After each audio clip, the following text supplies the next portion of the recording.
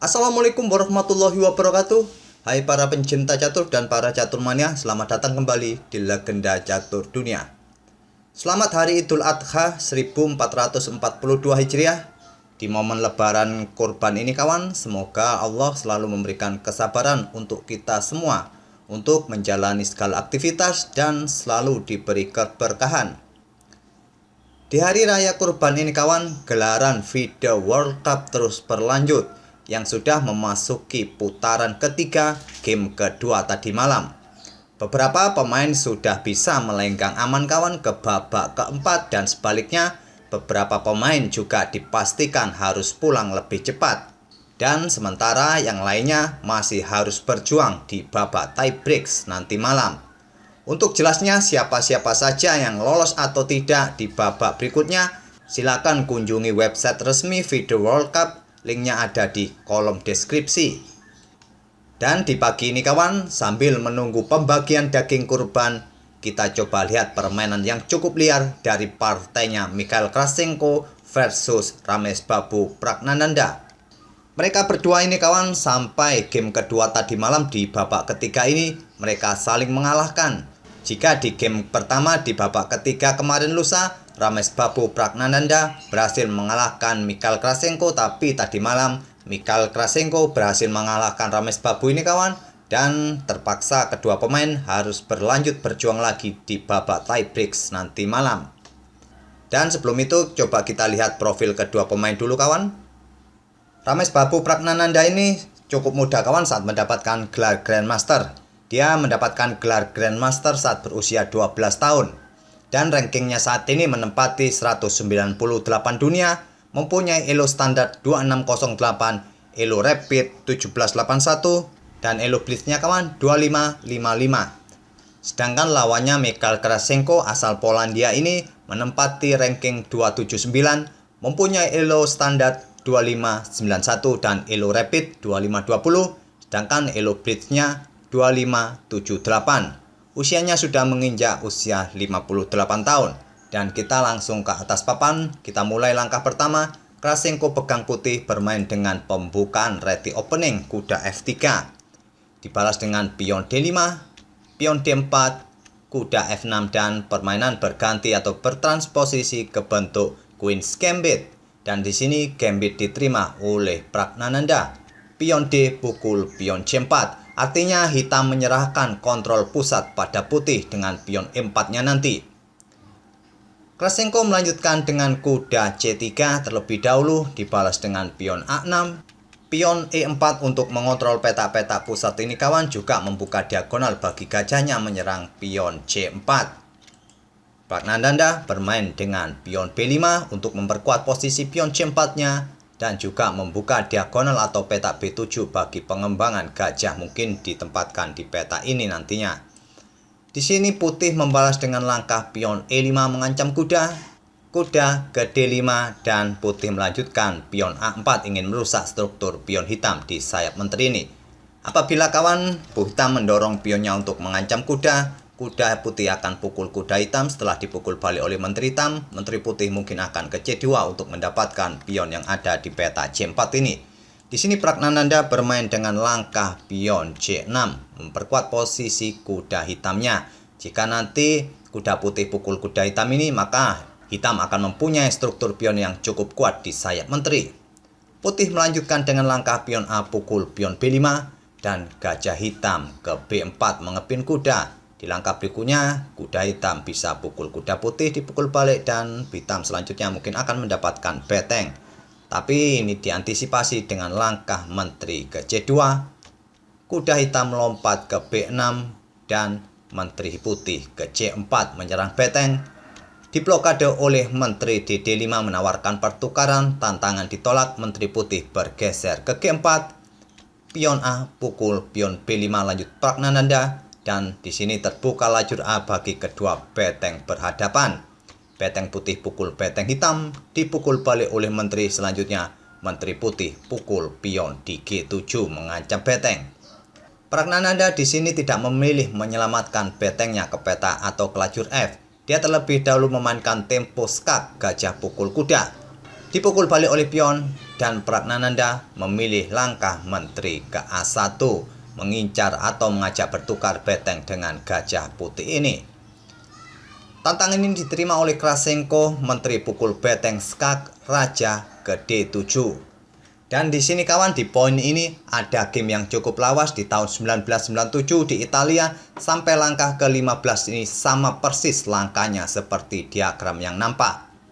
Di mana putih melanjutkan dengan langkah raja ke petak D2 dan permainan berakhir remis. Tapi di sini Mikhail Krasenko mencoba variasi lain. Dia merelakan gajah petak gelapnya, dia bermain dengan gajah C2, persiapan untuk rokade pendek, dan tawaran gajah gratis ini diterima oleh Pragnananda, menteri pukul gajah skak. Ditutup oleh gajah di D1, selanjutnya raja putih bisa melakukan rokade pendek. Di sini menteri hitam terus melakukan skak dengan pukul pion C3, ditutup oleh kuda, dan Pragnananda melanjutkan langkah pengembangan perwira kuda C6. Dan Krasenko di sini tidak memilih rokade dulu kawan karena kudanya dalam ancaman menteri hitam. Putih melanjutkan langkah menteri pukul pion H7, kuda hitam pukul pion D4 dan menteri pukul pion F7 skak, raja ke C6, menteri putih ke F4 untuk membackup kudanya dan persiapan untuk rokade pendek. Pada posisi seperti ini sepertinya materi masih cukup berimbang kawan.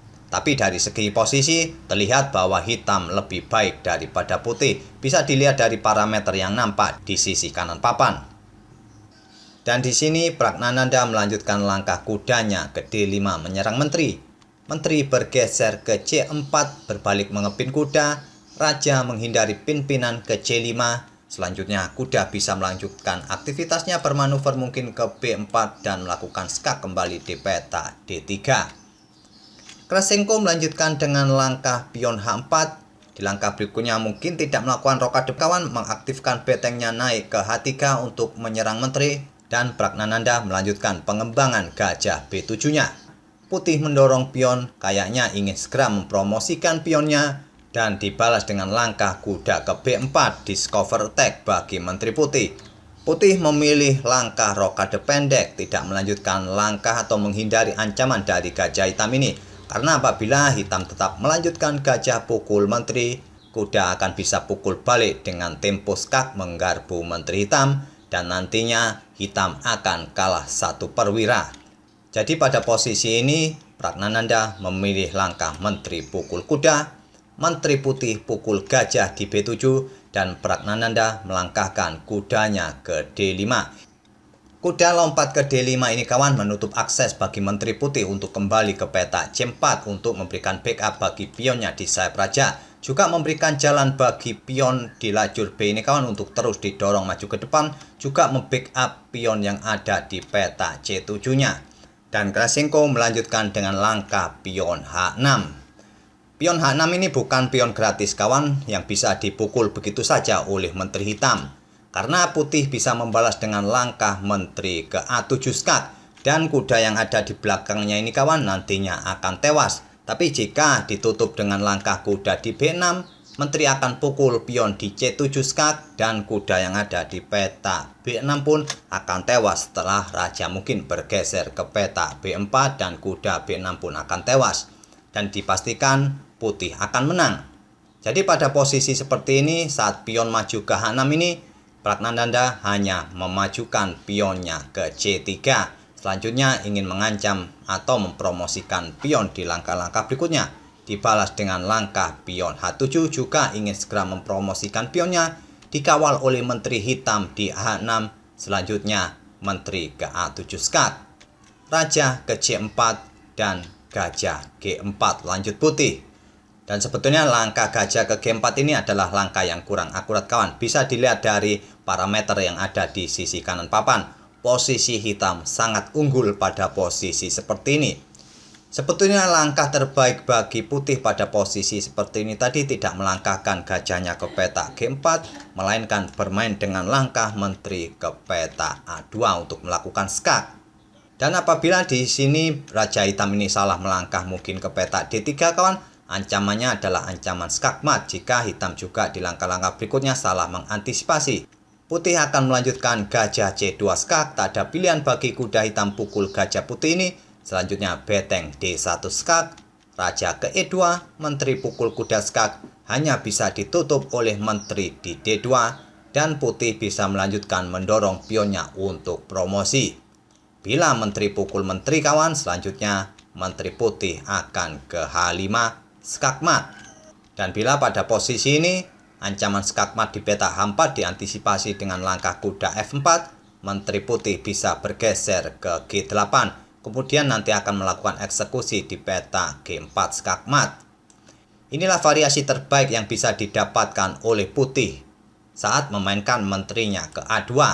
Tapi jika raja bergeser ke peta B4 kawan, selanjutnya menteri putih bisa bergeser ke B1 skak, raja ke C5, dan menteri putih bisa melanjutkan ke peta D3.